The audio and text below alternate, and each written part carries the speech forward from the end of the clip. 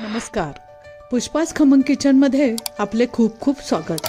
आज आपण बनवणार आहोत जगभरात सर्वात लोकप्रिय अशी बटर चिकन रेसिपी. दिल्लीतील मोती महलपासून ते पंजाबी ढाब्यापर्यंत ही रेसिपी लोकांच्या हृदय म्हणजेच आपले बटर चिकन.